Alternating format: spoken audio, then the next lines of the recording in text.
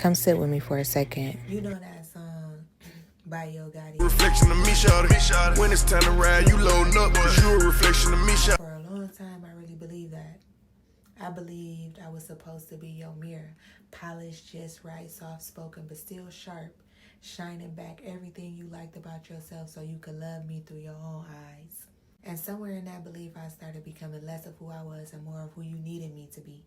I started repeating your words, copying your tone, laughing when you laughed, even when it wasn't funny. Even when I wanted to speak, I stopped myself because I didn't know if my opinion would shift the mood of the whole room. You said I was a reflection of you, and I started wearing that like a role I was cast in. Started choosing my outfits like I had addressed in your ego. Started moving like my attitude was a report card on how well you were doing as a man. The way I sat when we were out, shoulders back, mouth quiet, but eyes full of things I couldn't say. The way I posted, the way I responded to men with 2 hands on the steering wheel, because God forbid someone misread my friendliness and made you feel like I didn't represent you well. You said you liked real women, so I stopped being playful. You said you liked honesty, but only when it didn't sound like a critique. You said you wanted me to be myself, but only when myself looked like the version you already imagined. Because when I questioned you, you said I wasn't deep enough. When I stood up for myself, you said I was defensive. When I wore what I liked, you said I was doing too much. When I cried, you said I was sensitive, or why was I crying? When I stayed quiet, you called it attitude.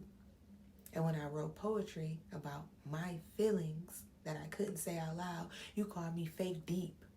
Said it wasn't real, said I was shallow, said I was somehow also too much in the same exact breath. You said I was a reflection of you, but all I kept seeing was a version of myself that I didn't even recognize. And now I feel like if I'm going to be a reflection of a man, let it be a reflection of respect and not control. Let it be a reflection of peace, not power plays. Let it be a reflection of being led, not being drained. Let it be a reflection of partnership, where I can still hear my own voice and know it's valued. I don't mind being soft, but I'm not going to be silent. I don't mind following a man's lead, but only if he knows where he's going and doesn't need to break me down to feel taller beside me. Don't call me your mirror if the only thing I'm allowed to reflect is you.